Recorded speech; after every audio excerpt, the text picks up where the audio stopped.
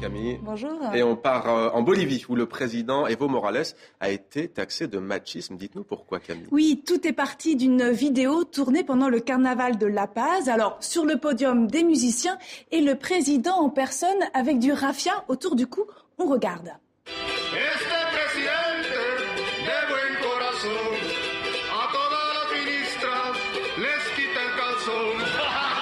Des paroles plus que grivoises dans cette chanson. De bon cœur, notre président enlève à ses ministres leurs petites culottes. Voilà ce qui est dit. Et ça continue comme ça pendant 5 bonnes minutes. Notre président est très coquin. Il n'en veut qu'une, mais il en mange 3. Notre président, homme à femme, il change de fille comme de chemise. Et au passage, les paysannes du syndicat Bortalina Sissa en prennent aussi pour leur grade. Le tout dans une ambiance très festive avec des éclats de rire dans le public et sur le podium. Evo Morales est hilar, Mohamed. Eh bien, bravo. Alors, ça a sûrement dû faire réagir. Ça n'a pas tardé les réactions, Camille. Oui, tout à fait. D'abord, les élus de l'opposition en ont profité. Ils ont dénoncé la grossièreté des paroles qui révèlent aussi la personnalité misogyne de Morales. Des journalistes aussi ont parlé d'une attitude dégradante pour la fonction présidentielle.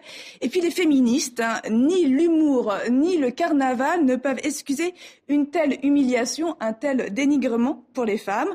En revanche, les 7 ministres du gouvernement, les premières concernées, n'ont pas réagi. Seule la ministre de la Communication s'est exprimée quelques jours plus tard dans la presse chilienne. Et selon ses dires, le président se serait excusé en privé et non en public, ce qui est quand même regrettable puisque ce n'est pas le premier dérapage d'Evo Morales. On mettra ça sur le compte de la solidarité gouvernementale. Alors au Brésil, en revanche, la jante féminine a le vent en poupe. Camille, la plus grosse société du pays vient d'être confiée à une femme de poigne même, nous dit-on. Oui, c'est Graça Foster, nommée à la tête de Petrobras, la première société pétrolière du Brésil et la 5e au monde. Jamais une femme n'avait décroché un tel poste dans ce secteur.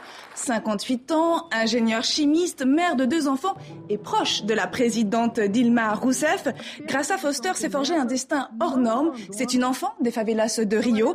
Elle a connu la misère et la violence et aujourd'hui, elle va devoir redresser les comptes de cette société et gérer au mieux l'exploitation des nouveaux gisements pétroliers. Une mission stratégique pour le devenir du Brésil.